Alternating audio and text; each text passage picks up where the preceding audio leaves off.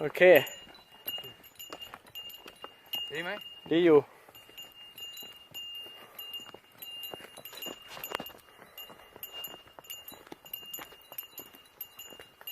ไปตัวไปผัดตาเนอะทุกเส้นหนึ่งไปผัดตาเราจะผัดตาเลย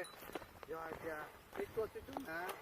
มันเลยเราจะจะใจอีกใจตรงมาที่เราจะเกินนะที่เราใจเสียตอนนั้นจะเกิดใจถ้าไป150นี่ไปถึงที่เนินดอยผาตั้งเดี๋ยวเราจะไปต่อก็ได้นะถ้าไปสูงสุดผาตั้งคือราคาอยู่เท่าไหร่นะครับ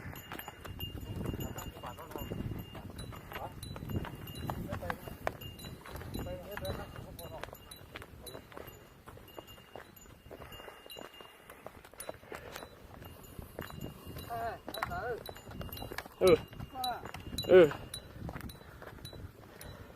มาอยู่ทุกคนอ่ะทุกคนอ่ะก็เจอใครมาดูคนอย่างเจ้ามาดูคนดูเอาอะไรมาเยอะเยอะตัวแล้วก็我到分了不少，你说这数量嘛，这数量嘛啊。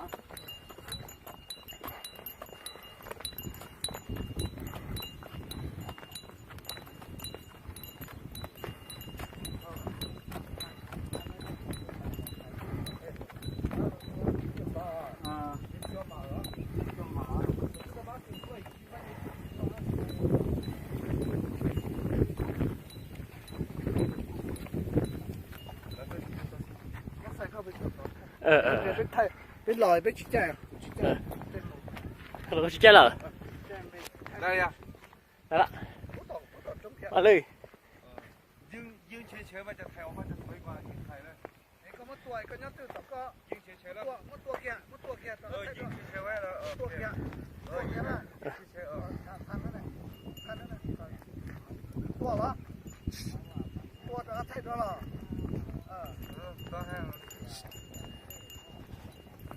ได้ไหมได้โอเคนี่ไปก่อนเลย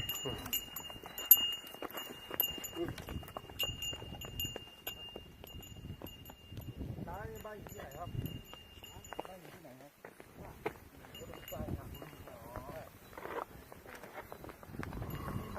ยังมีม้าไหมไม่มีหรอกขายไปหมดแล้วเหรอมีหรอก